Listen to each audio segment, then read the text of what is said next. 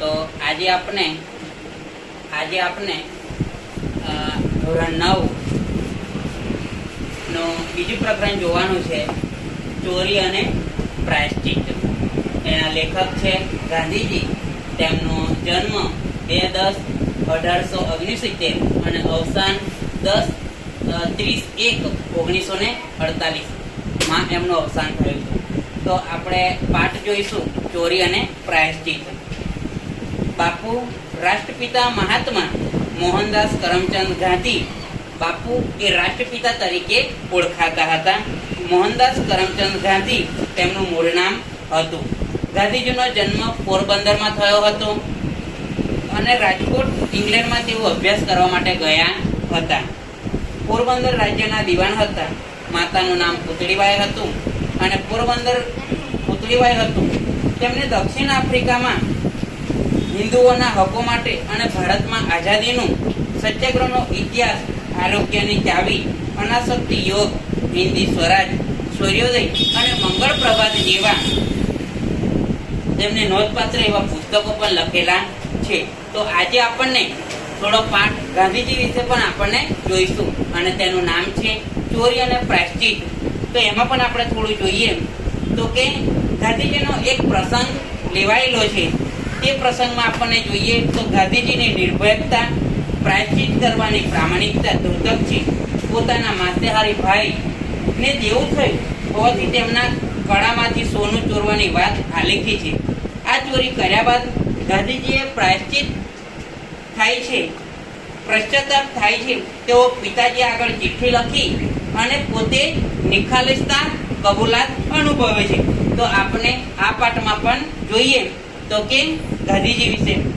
તો પાઠ શરૂ કરીશું કે મારા એક સગાની સાથે મને બીડી પીવાનો શોખ હતો. ગાંધી શું કહે છે કે મને એક સગાની સાથે બીડી પીવાનો શોખ હતો. અમારી પાસે પૈસા હતા નહીં. પૈસા ન મળે. બીડી પીવામાં કઈ ફાયદો છે? બીડી પીવામાં કઈ ફાયદો છે? અગર તો તેની સુગંધમાં મજા છે. ગાંધીજી એવું કહેતા કે બીડી પીવામાં ફાયદો છે એવું નથી, પણ સુગંધમાં કઈક મજા છે આવું કહેવા માંગે છે. એવું તો અમે બેમાંથી એકેય નહોતું લાગ્યું કે આમાંથી અમને બંનેને એકેય લાગ્યું નહોતું, પણ કેવળ ધુમાડો કાઢવામાં કઈક સરસ રસ છે. જે ધુમાડો કાઢવો ને એમાં કઈક રસ છે. મારા કાકાને બીડી પીવાની ટેવ. મારા કાકા હતા, એમને બીડી પીવાની ટેવ હતી ને તેમને તથા બીજાને ધુમાડા કાઢતા જોઈ અમને પણ ફૂંકવાની મજા આવતી હતી.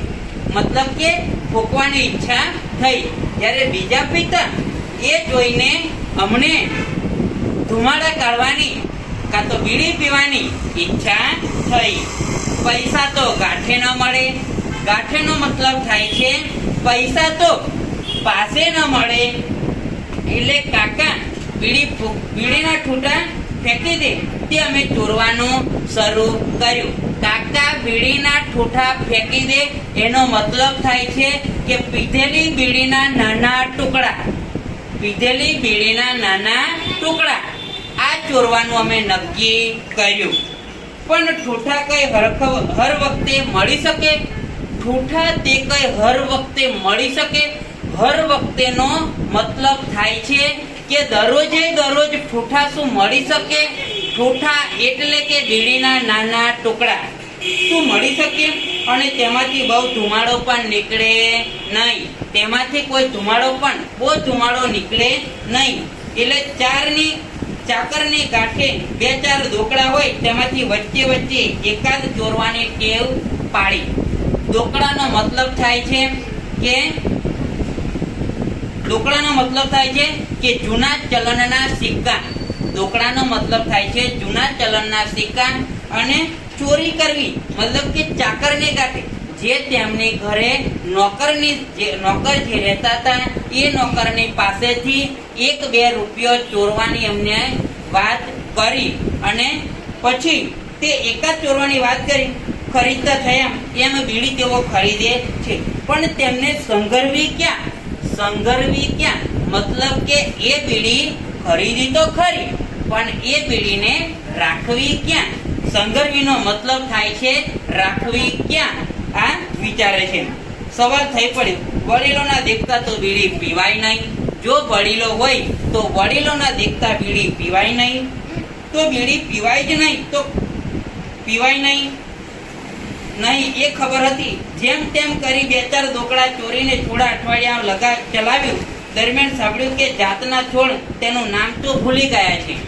અહીં એક જાતના છોડની વાત કરી છે, જે બીડીના પત્તા મતલબ કે કોઈ એક વૃક્ષ છે, એ વૃક્ષમાંથી બીડી જે પાન છે એ પાન બીડી બનાવવામાં આવે છે.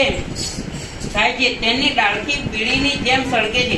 મતલબ કે અહીં એવું વૃક્ષ એક કીધું છે કે જે બીડીનું મતલબ કે એની એક એવી ડાળખી છે. મતલબ કે આપણે નાનપણમાં પણ જોઈએ તો એ વૃક્ષની વાત કરીએ તો મતલબ કે જે દિવેલાના પાનની જે નળી આવે એ પણ એક બીડીની જેમ સળગી ઉઠે છે. જો દાખલા તરીકે આપણને જોઈએ તો દિવેલાના પાન એની એક સળગી ઉઠે છે અને તે મેળવીને ફૂંકતા થયા, પણ અમને સંતોષ ન થયો. આટલામાં ગાંધીજીને સંતોષ લાગતો નથી. અમારી પરાધીનતા અમને સાલવા લાગી. અમારી પરાધીનતા એટલે કે અમારી નિષ્ફળતા અમને સાલવા લાગી. વડીલોની આજ્ઞા વિના કઈ જ ન થાય. જો વડીલો આજ્ઞા કરે, કઈ પણ કામ તમારે કરવું હોય તો વડીલોની આજ્ઞા રાખવી મતલબ કે માનવી જોઈએ, એમ રાખવી જોઈએ અને સમજવી જોઈએ.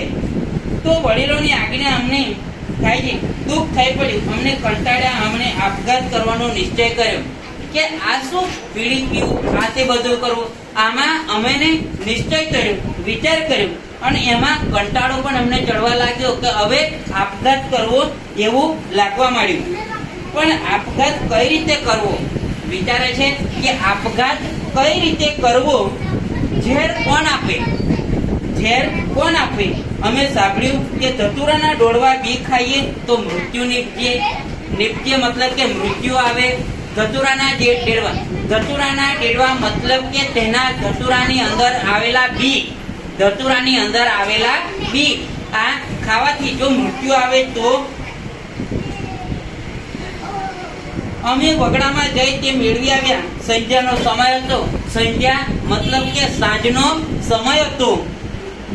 કેદારજી મંદિરે દીપમાળા ઘી ચડાવી દર્શન કર્યા અને એકાંત સુધી પણ ઝેર ખાવાની હિંમત ન ચાલે.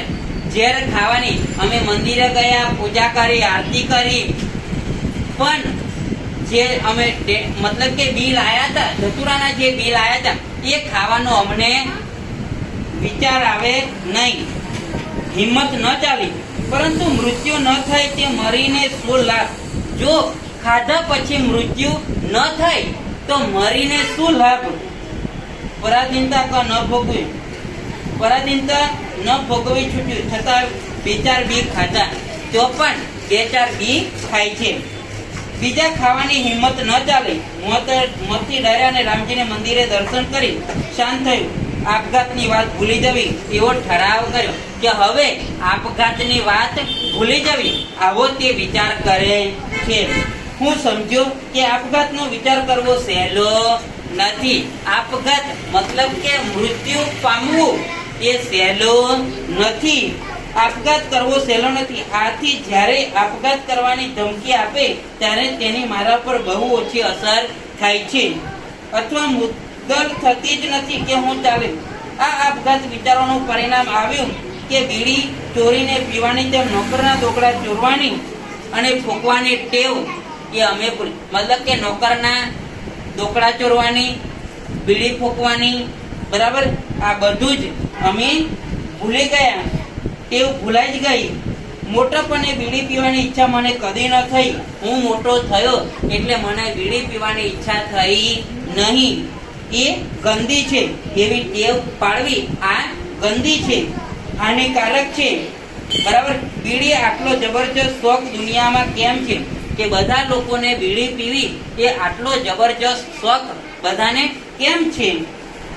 હું કદી મેળવી શક્યો નહીં. આ ગાડીના ડબ્બામાં ઘણી બીડી ફૂંકાતી હોય ત્યાં બેસવું મને ભારે થઈ પડતું. જ્યારે હું આગ ગાડીના ડબ્બામાં બેસતો ને, આગ ગાડી મતલબ કે જે પહેલાના જમાનામાં કોલસાથી ચાલતી ગાડી, એને આપણે આગ ગાડી કહેતા હતા. તો આ આગ ગાડી મતલબ કે ચાલતી, અને એ ડબ્બાની અંદર બેસેલા માણસો જે બીડી પીતા અને એનો ધુમાડો જો ગાંધીજીના નાક સુધી આવતો તો એ ગાંધીજીને અસહ્ય થઈ પડતું હતું. તેના ધુમાડાની ગુંગળામણ થઈ. ગુંગળામણ એટલે ગભરામણ. ગુંગળામણ એટલે ગભરામણ ગાંધીજીને થઈ પડતું. બીડીઓના ઠૂઠા ચોરવા તે અંગે ચાકરના દોકડા ચોરવા, દોષ કરતા બીજા કોઈ ચોરીનો મારાથી થયો તેને હું વધારે ગંભીર ગણું છું. મતલબ કે નોકરના દોકડા ચોરવા અને બીડીના ઠૂઠા ચોરવા, આથી હું વધારે ગંભીર થઈ ગયો. બીડીનો દોષ થયો ત્યારે ઉંમર 12-13 વર્ષની હશે. કે બીડીનો દોષ મતલબ કે બીડી પીવાનો જે સમય હતો ત્યારે મારી 12-13 વર્ષની ઉંમર હશે. કદાચ તેનાથી ઓછી. બીજી ચોરી વેળાએ ઉંમર 15 હતી. કે બીજી વેળાએ જ્યારે નોકરના દોકડા જ્યારે ચોરવાની ઉંમર હતી એ સમયે મારી 15 વર્ષ હતી. આ ચોરી મારા માંસાહારી ભાઈના સોનાના કડાની, મતલબ કે બીજી ઉંમર 15 વર્ષની જે હતી એ 15 વર્ષની અંદર બીજી એક ચોરીનું વિચારે છે. મતલબ કે ચોરી મારા માંસાહારી ભાઈ એટલે કે મારા માંસાના ભાઈ, માંસાહારી ભાઈના સોનાના કડાના કકડાથી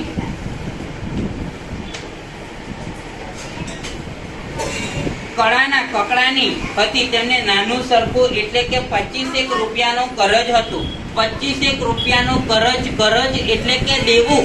કરજ એટલે દેવું હતું. એ કેમ પતાવું તેને અમે બંને ભાઈ વિચાર કરતા હતા. ભાઈને હાથે સોનાનું નક્કર કડું હતું. નક્કર કડું એટલે ચોખ્ખું સોનું. આ ચોખ્ખા સોનાનું બનેલું હતું કે નક્કર હતું. તેમાંથી 1 તોલો સોનું કાપવું મુશ્કેલ ન હતું. 1 તોલો કાપવું મતલબ કે કોઈ ખબર પડે નહીં, આવું હતું. કડું કપાયું, કરજ ફીટ્યું. કડું કપાયું, કાપ્યું તો ખરું, કરજ પણ મટી ગયું. પણ મારે સારું આ વાત અસહ્ય થઈ પડી. એટલે કે હું વિચારમાં પડી ગયો. પછી ચોરી ન જ કરવાનું મેં નિશ્ચય કરી લીધો કે હવે હું ચોરી કરું નહીં. પિતાજી પાસે કબૂલ પણ કરી દેવું જોઈએ એમ લાગ્યું. ગાંધીજીએ વિચાર કર્યો કે મારે આ ચોરી જો મેં કરી છે એ મારે ગાંધીજી જોડે કબૂલ મતલબ કે પિતાજી જોડે કબૂલ પણ કરી લેવી જોઈએ. જીભ તો ન ઉપડે. પિતાજી પાસે ગયા પણ જીભ ઉપડે નહીં. આપણે કંઈક પણ ખોટું જો કામ કર્યું હોય, કાં તો ગમે તે કામ ખોટું પણ કર્યું હોય, અને જો ઘરમાં મમ્મી પપ્પા પાસેની સાથે જઈએ તો આપણને પણ બોલતા અચકાવવું આવે છે. આ રીતે ગાંધીજીને પણ જો ચોરી કરી હતી તો ગાંધીજીને પણ પોતાના પિતાની આગળ બોલવા એ અચકાતા હતા, મતલબ કે ગભરાતા હતા. જીભ ન ઉપડે, પોતે મને મારશે એવો ભય હતો, એવી બીક મને લાગતી હતી. તેમને કોઈક દિવસ અમને એક ભાઈને તો તાંડવ કર્યું હોય એવું મને સ્મરણ નથી. એટલે કે અમારા બંને ભાઈઓમાંથી અમને માર્યા હોય, અત્યારે લગી પિતાજીએ અમને માર્યા હોય એવું અમે વિચાર્યું નથી, સ્મરણ નથી. પણ દુઃખી તો થશે ને, કદાચ માથું ફૂટશે તો. પિતાજી કંઈક માથું ફૂટશે તો, મતલબ કે અમારા આવા સમાચાર સાંભળીને અને પિતાજી કંઈક એમને દુઃખી થશે, કંઈક માથું ફૂટશે, મતલબ કે કંઈક વાગશે એવું વિચારે. જો જોખમ ખેડીને પણ દોષ કબૂલ કરવો જોઈએ તે વિના શુદ્ધિ ન થાય. શુદ્ધિ એનો વિરોધી શબ્દ થાય છે અશુદ્ધિ. મતલબ કે જો કહીશું ને તો આપણા મગજમાંથી આવો વિચાર નીકળી જશે. છેવટે ચિઠ્ઠી લખીને દોષ કબૂલ કરવો, તે માફી માંગવી એવો એક ઠરાવ કર્યો. ગાંધીજીએ કબૂલ કરવા માટે એમના મોઢેથી ન બોલાયું તો એક ચિઠ્ઠીની અંદર બધી જે ભૂલ કરેલી હતી એ ચિઠ્ઠીમાં લખે છે અને પિતાજીને આપે છે. હાથો હાથ આપી ચિઠ્ઠી બધો દોષ કબૂલ કર્યો. સજા માંગી પોતે પોતાના ઉપર દુઃખ ન વેરી લે એવી આજીજીપૂર્વક વિનંતી કરી. હૃદયપૂર્વક વિનંતી કરી. મેં ધ્રુજ્ય હાથે ચિઠ્ઠી પિતાજીના હાથમાં મૂકી ધ્રુજતે હાથે એટલે મતલબ કે પોતાનું શરીર કંપતા કંપતા ધ્રુજતા પોતાના પિતાને હાથમાં ચિઠ્ઠી મૂકી હું તેમની પાટલીની સાથે બેઠો, પાટની સામે બેઠો. પાટની સામે મતલબ કે પિતાજી એ બીમાર હતા, ખાટલા વંશ હતા. ખાટલા વંશ એટલે મતલબ કે પથારીમાંથી ઊભું થવાય નહીં. ખાટલા વંશનો મતલબ થાય છે પથારીમાંથી ઊભું થવાય નહીં. એટલે તે ખાટલાની પાટ મતલબ કે ખાટલાની ઈસ ઉપર, પાટમાંનો મતલબ થાય છે ખાટલાની ઈસ ઉપર હું બેઠો. આ વેળા તેમને ભગંદરનું દર્દ હતું, તેથી તેઓ ખાટલા વંશ હતા. ખાટલાને બદલે લાકડાની પાટ વાપરતા. તેમને ચિઠ્ઠી વાંચી આંખમાંથી મોતીની બિંદુ ટપકવા માંડ્યા. મોતીના બિંદુ ટપકવા માંડ્યા એટલે મતલબ કે મોતી જેવા ટીપા આંખમાંથી આંસુ નીકળવા લાગ્યા. ચિઠ્ઠી ભીંજાઈ તેમને ક્ષણવાર આંખ મીચી ચિઠ્ઠી ફાડી નાખી. પોતે વારંવાર સારું બેઠા થયા હતા, પાછા સૂતા. મતલબ કે થોડી વાર બેઠા થયા પણ તે પાછા સૂઈ ગયા. તેમની ચિઠ્ઠી વાંચી આંખમાંથી આંસુ નીકળ્યા અને તે ઊભા પણ થયા અને પાછાથી સૂઈ ગયા. હું પણ રડ્યો, પિતાજીનું દુઃખ સમજી શક્યો. હું ચિતારો હોઉં તો ચિતરી નાખો. મતલબ કે પિતાજીની વાત હું સમજી શક્યો. અને જો ચિતારો હોત, ચિતારો મતલબ કે ચિત્ર દોરવા વાળો વ્યક્તિ આબેહૂબ જેવી ક્રિયા થઈ હોય એ ક્રિયા પ્રમાણમાં ચિત્ર દોરવા વાળો વ્યક્તિ, તેને આપણે ચિતારો કહીએ છીએ. ચિત્ર આજે સંપૂર્ણપણે આલેખી શકું છું. આજે પણ મારે આંખ સામે તે તરી રહ્યું છે. આજે મને પિતાજીની યાદ, પિતાજીની વાતો એ આજે પણ મને યાદ આવે છે. તે મોતીબિંદુ પ્રમાણે મને વીજ્યો, હું શુદ્ધ થયો. એ પ્રેમ તો જેને અનુભવ્યો હોય તે જ જાણે. એ પણ આપણે કહીએ કે રામ વાગ્યા રે હોય તેને રામબાણ, જેને વાગ્યા હોય રે જાણે. આપણે પણ કહીએ ને કે સબરીના મીઠા મીઠા બોર રે રામ તમે ચાખો ને, કે જેમ રામે સબરીના બોર જેમ ચાખ્યા છે તેમ એ જાણે છે. એવું આપણે પણ સમજી શકીએ કે જેને વિચારોની ઘડી સમજાઈ હોય તે જ સાચી રીતે સમજી શકીએ છે. મારે સારું આ અહિંસાનો પદાર્થ પાઠ હતો. તે વેળા એમાં પિતા પ્રેમ ઉપરાંત બીજું ન જોયું. પણ આજે હું એ શુદ્ધ અહિંસા નામે ઓળખી શકું છું. શુદ્ધ અહિંસા એટલે સાચી સમજણથી હું ઓળખી શકું છું. આવી અહિંસા જ્યારે વ્યાપક સ્વરૂપ પકડે ત્યારે પોતાના સ્પર્શ કોને અલગથી રાખે છે. વ્યાપક અહિંસાની શક્તિનું માપ કાઢવું આવશ્યક છે. આવી શાંતિ, ક્ષમા, પિતાજીની સ્વભાવતા, પ્રતિકૂળતા કે ક્રોધ કરશે, કટુ વચન સંભળાશે, કદાચ માથું ફૂટશે, આવો મને વિચાર થતો હતો. કારણ કે દોષની નિખાલસતા કબૂલકતા હતી એમ હું માનું છું. માનસ અધિકારી આગળ સ્વેચ્છાએ પોતાના દોષ કબૂલે તેમ હું કબૂલું છું. આવું ગાંધીજી વિચારતા હતા. હું જાણું છું કે મારા એકરારથી પિતાજી મારશે એવો નિર્ભય થાય એમનો મહાપ્રેમ હું વૃદ્ધિ પામ્યો છું. કે પિતાજી મને મારશે એવો હું વિચારતો હતો, પણ અત્યારે હું હવે એ વિચારતો નથી. અહીં જે આપણને ચોરી અને પ્રાયશ્ચિત્ય એ આપણું યુનિટ છે તે ગાંધીજીનું સરસ છે. અને નિર્ભય પ્રેમ તે આપણને ગાંધીજી તરફથી આ સમજી શક્યા. અને અહીં આપણું પ્રકરણ જે ધોરણ 9 નું છે તે પૂરું થાય છે.